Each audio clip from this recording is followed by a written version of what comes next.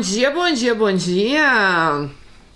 Bom dia, meus amores aqui do mundo da Dani. Bem-vindos a mais um vídeo aqui, mais uma situação. Bora mandar aí sua situação também pra gente pro e-mail que está passando na sua telinha. E simbora lá pro nosso vídeo de hoje. Gente, o nosso vídeo de hoje é uma questão que eu vi já muito. As pessoas chegam pra mim, às vezes elas não mandam a história, mas falam pra mim, Dani, nossa, viciada nisso. E hoje, a nossa Alice nos mandou uma história sobre isso, que é o que vocês estão vendo aí no título, né? Viciada em sexo virtual. Bora lá saber como que aconteceu isso. Dani, me chamo Alice, tenho 27 anos, adoro os vídeos. Gosto muito de ouvir as histórias que você conta. Trabalho como auxiliar de serviços gerais e sempre trabalho com fone de ouvido para ouvir as histórias. Depois que eu bato meu ponto, já coloco meu fone, entro no YouTube e já procuro logo seu canal. Na maioria das vezes nem preciso procurar, pois o YouTube já me direciona direto para o canal. Dani, eu nasci numa família humilde, bem humilde e muito grande. Meus pais, além de mim, ainda tiveram 5 filhos. Meu pai trabalhava como pedreiro e minha mãe trabalhava como faxineira. Eu não posso dizer que eu tive uma infância feliz, porque lá na minha casa as coisas eram bem restritas. Como a minha família era bem grande, muitas vezes a gente só tinha arroz e feijão e ovo para comer. Além disso, eu nunca tive meu próprio quarto. Como a nossa casa era pequena, eu dormia no quarto com as minhas 2 irmãs e meus irmãos homens dormiam na sala. Então eu nunca tive nem minha privacidade, ter meu canto. Sentia falta disso. Na verdade, não é falta, pois eu nunca tive, então nem sentia falta, né? Mas eu tinha muita vontade de ter meu próprio quarto. Quando nos tornamos adolescentes, minha família teve uma série de problemas. Minha irmã mais nova engravidou de um vagabundo da comunidade que a gente morava. Ela teve 2 filhos gêmeos com esse cara, e ele, lógico, não assumiu as crianças. Meus sobrinhos também foram morar com a gente, e a casa, que já era pequena, ficou ainda menor. Além disso, Dani, tivemos que conviver com problemas que meu irmão mais velho começou a arrumar. Diferente dos meus pais, que eram pessoas trabalhadoras, meu irmão começou a se meter com o pessoal do tráfico na comunidade. E ele começou a trazer inúmeros problemas para dentro de casa. Por diversas vezes, ele contraía dívidas na boca de fumo e minha mãe tinha que ir lá pagar com pouco dinheiro que ela fazia, pois meu irmão era o xodó dela. Como meu pai sempre foi uma pessoa rigorosa, ele sempre brigava com a minha mãe por causa disso. Dela ficar pagando as contas do meu irmão. Até que um dia ele não aguentou, foi na boca de fumo tirar satisfação com o traficante de estarem vendendo fiado pro meu irmão, que era filho dele. E avisando que a partir daquele momento ninguém lá em casa ia pagar mais nada que meu irmão pegasse lá. Só que o chefe não gostou da audácia do meu pai e jurou ele de morte. E por causa disso nós saímos às pressas da comunidade. Fomos todos morar na casa da minha avó, só que a casa da minha avó era menor que a nossa ainda, e fomos morar todo mundo amontoado. Meus pais dormiam na sala com a minha irmã, meus 2 sobrinhos e eu, e meus outros irmãos na cozinha. Pouco tempo depois que a gente mudou para a casa da minha avó, meu irmão voltou a frequentar a comunidade, contraiu dívidas na boca de fumo e acabou sendo assassinado lá dentro. Quando isso aconteceu, minha mãe ficou adoecida, parou de trabalhar, ameaçou largar meu pai, pois na cabeça dela, meu pai era culpado daquilo. Enfim, Dani, a minha casa virou um verdadeiro tormento. Eu já não aguentava mais conviver no meio daquela confusão toda. Depois de alguns meses que estávamos na casa da minha avó, meu pai conseguiu alugar um canto um pouco maior pra gente, e saímos da casa da minha avó. Até porque, além da gente ficar mal acomodado, a minha avó fazia questão de jogar na cara do meu pai a toda hora que ela não aguentava mais um monte de gente dentro da casa dela. Isso deixava minha mãe muito abalada. Dani, com 17 anos de idade, depois de concluir meu ensino médio, eu comecei a trabalhar como atendente em uma lanchonete.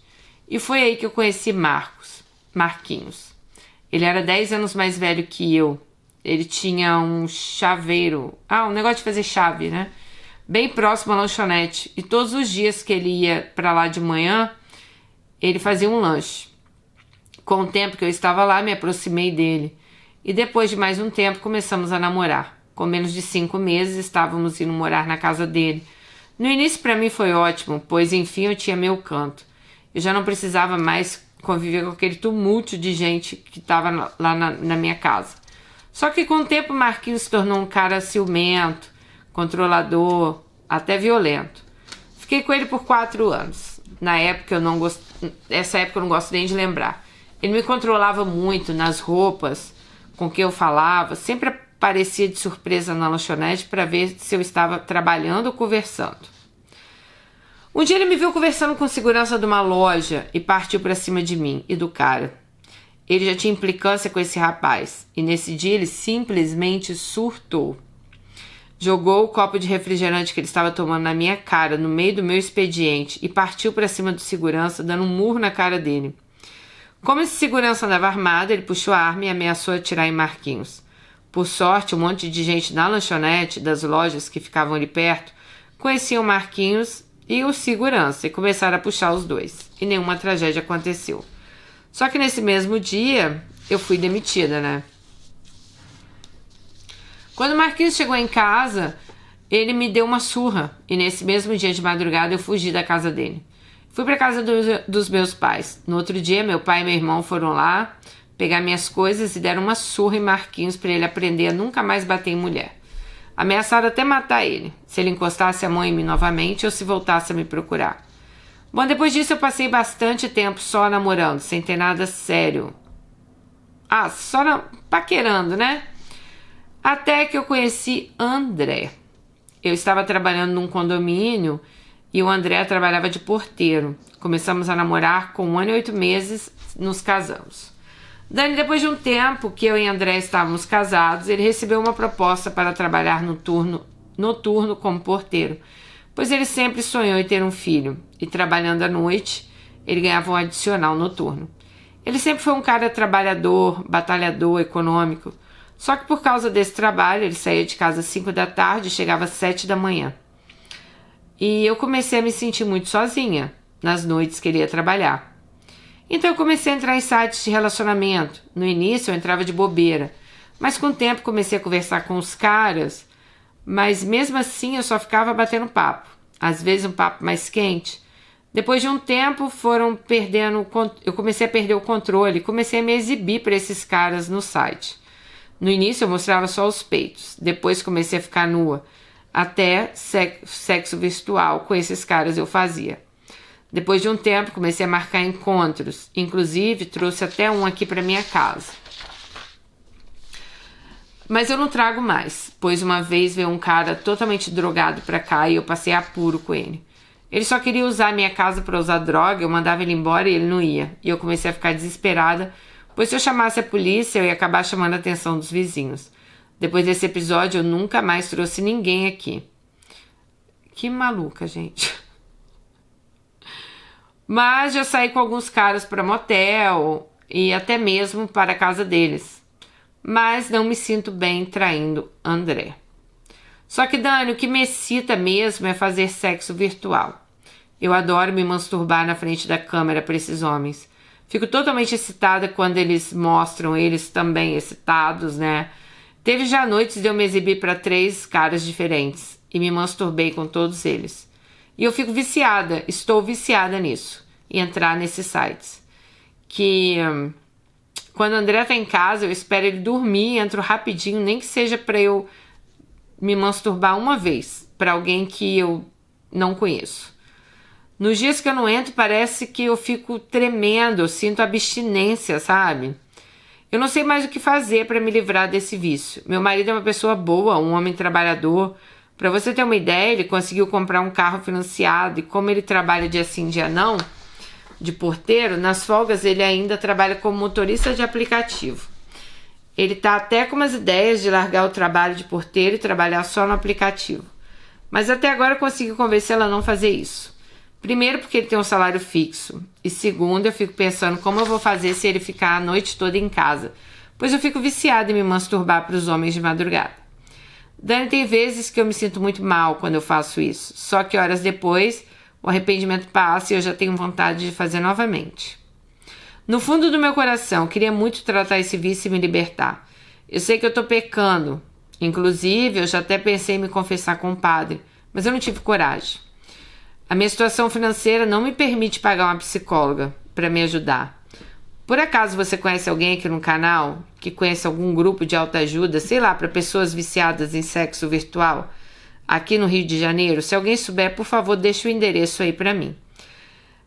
Coloca nos comentários, pois eu quero muito procurar ajuda. Eu tenho muito medo do meu marido descobrir esse meu vício e terminar comigo. Além disso, eu também já não aguento mais passar a madrugada me masturbando na internet. Eu trabalho destruída no outro dia. Bom, vou ficando por aqui. Um beijo pra você. Se souber de algum grupo, por favor, gente, me falem urgentemente. Preciso tratar do meu vício. A gente pode achar que é brincadeira, a gente pode até, né, rir da situação, sei lá. Mas isso é um problema sério, tá, gente? Tivemos várias meninas aqui que já mandaram histórias de serem viciadas em sexo. E a masturbação, eu acredito que é a mesma coisa, né? É um vício também.